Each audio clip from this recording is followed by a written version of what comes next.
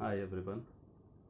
In this fifth session of rotational dynamics, we are going to talk about the vertical circular motion and to find velocity at any general point while the particle keeps performing vertical circular motion under gravity.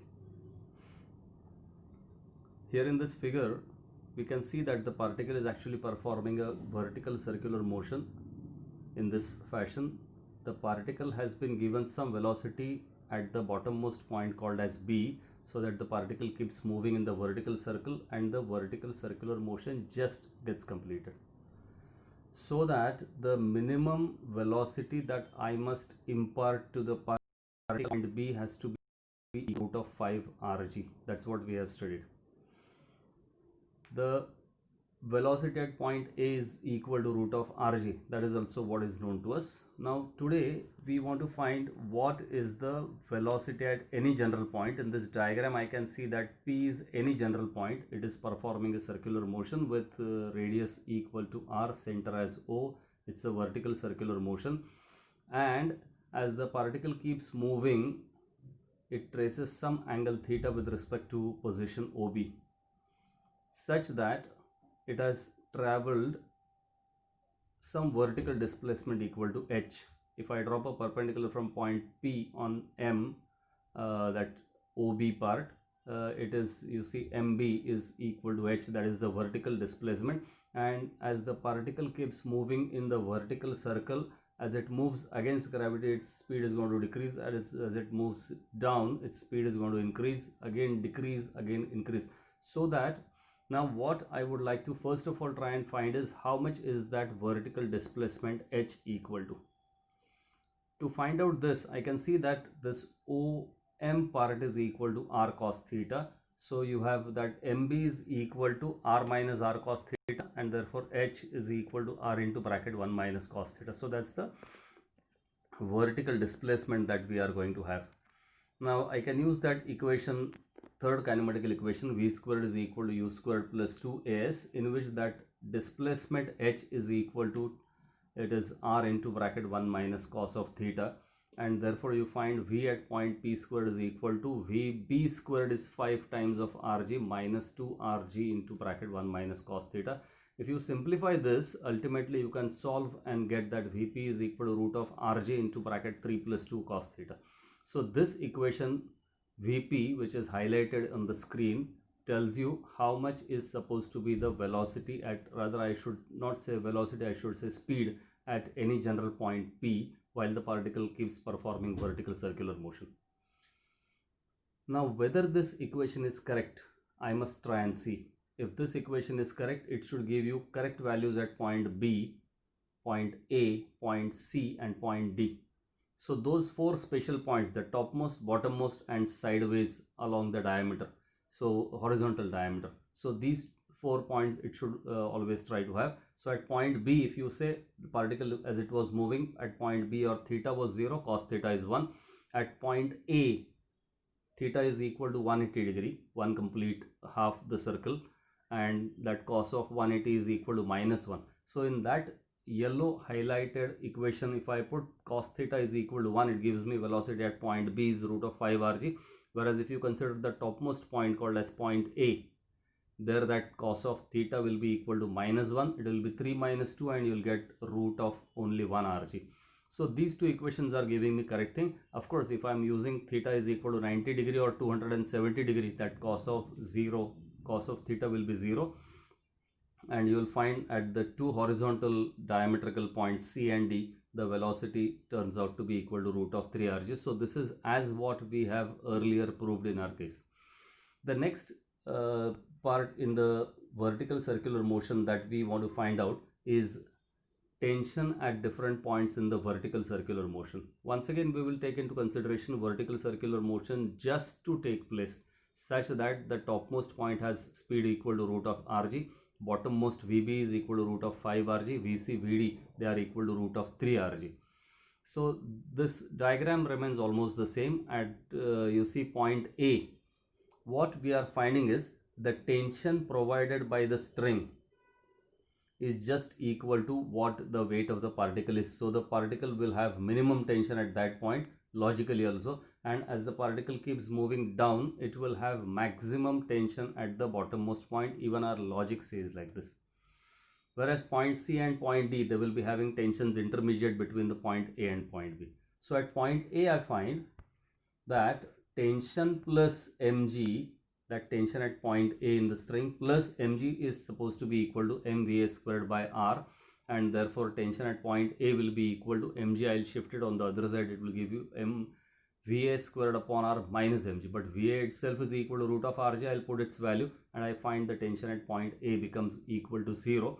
Whereas at point B, I find the tension in the string is going to be equal to the centrifugal force mvb squared upon r plus of mg, and then I find tension at point B is equal to mvb squared upon r plus mg, that will be equal to 5 mg plus mg is equal to 6 times of mg.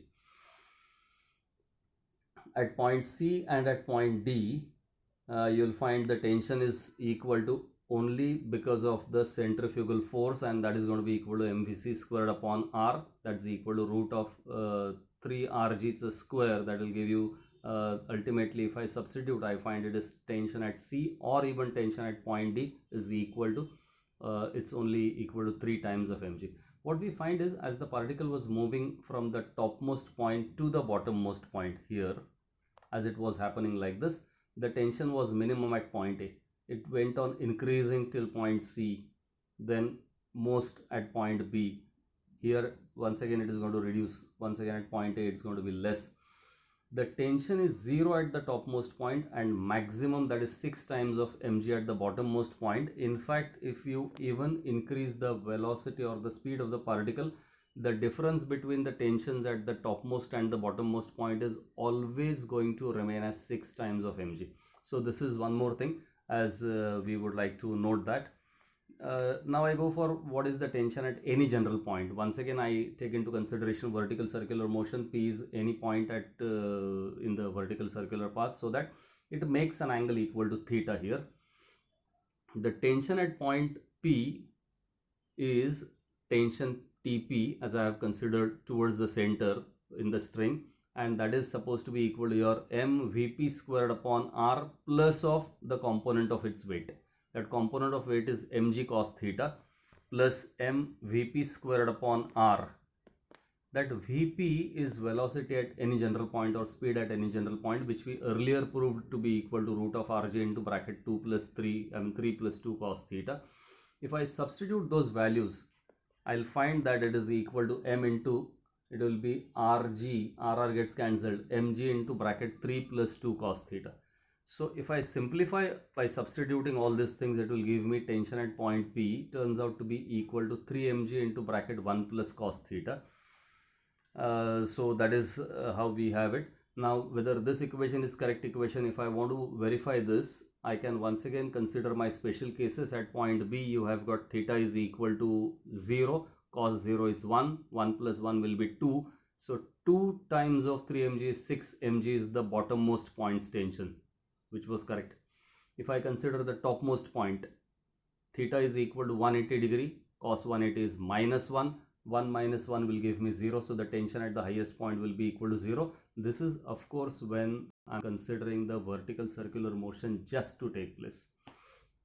If you have more speed for the vertical circular motion, you can have tension at the topmost point in the string. Also there will be tension in the bottommost point, but as said again, the difference between the topmost and the bottommost points, that those tensions, that will be equal to 6 times of mg. The next that we are going to talk about in this case is the total energy of a particle performing circular motion.